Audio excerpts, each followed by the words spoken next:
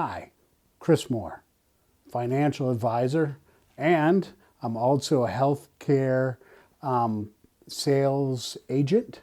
So I sell Medicare plans. And today we're going to talk about the Medicare selection process. And hopefully I'm going to make it a little more understandable. I'm going to go through the process that we go through at my office when I have a new Medicare client come in or we're doing a Medicare review.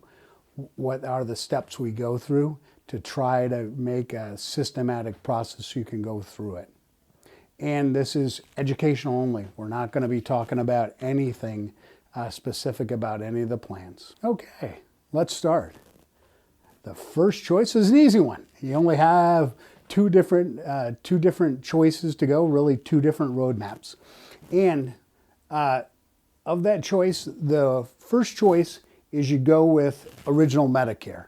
When you get that, you sign up for Part A, which are your hospitals. You sign up for Part B, which are your doctors. And really you do that through your Social Security, and then it's set up. You may or may not decide to select Part D, which is the drug plan.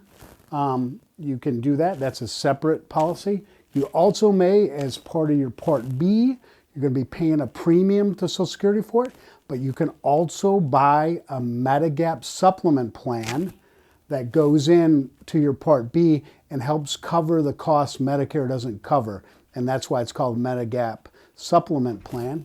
And that's really the first choice. And you may have that. Then what other choice would you have? You could say, no, I'm going to leave Original Medicare and I'm going to go over and I'm going to get an Advantage plan. You still have to be signed up for Part A. You still have to be signed up for Part B. And then you can select an Advantage plan. When you select an Advantage plan, how it works is the money that is for Part A, which is $450 plus per month, and your Part B about $150 per month for about $600, that gets sent to a private insurance company that's going to provide the Medicare Advantage plan. And that's basically how the math works. Over here, of course, Medicare keeps their money and they provide that. When you get a supplement, you're paying a premium. That's how they pay for that. Part D also has a premium. And really that's it. That's your choice. You have one of those two paths.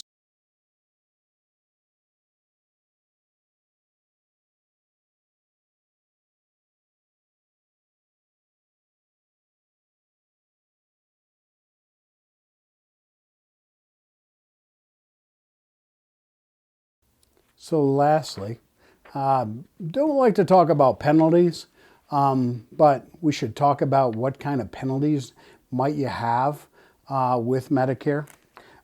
First one is the Part B.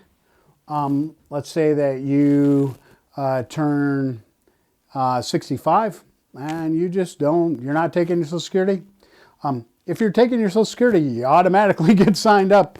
You don't have a choice. But let's say you're not taking your Social Security and you decide not to sign up for Part B and you don't have credible health coverage. Just so you know, every 12 months you don't have credible health coverage, there's a 10% premium for each one of those. And that could be significant annually. If the premium's $150, 10% of it is $15. If you go 5 years, that's $75. And as you get older, maybe you're going to want the coverage. And so just be aware, there's a Part B. Most people don't get Part B penalties because usually they're signed up or they have credible coverage, but just be aware that's there. Part D, I've seen this more often. Part D premium, where you didn't sign up for a prescription drug plan. Maybe you're not taking any drugs. You say, hey, I don't need a prescription drug plan. Well, if you don't sign up, when you sign up for your Medicare Part A and Part B, that's going to get you a Part D penalty. It's 1% per month of the national average plan is the deficit. So if you're 1 year behind, that'd be about 12%. and the average plan in 2022 is $33. So you'd pay $5 more per month. Okay, and it goes up. If you think about it, every year it's like $5 more, so you can kind of figure it out. But the penalty only applies if you ever want to go get drug coverage, whether it's over in a PDP plan or an Advantage plan. If you get drug coverage, that's only when the penalty comes in. If you never take drugs and you're never on a drug plan, not a big, and be happy. Most of us have to be on some form of medication.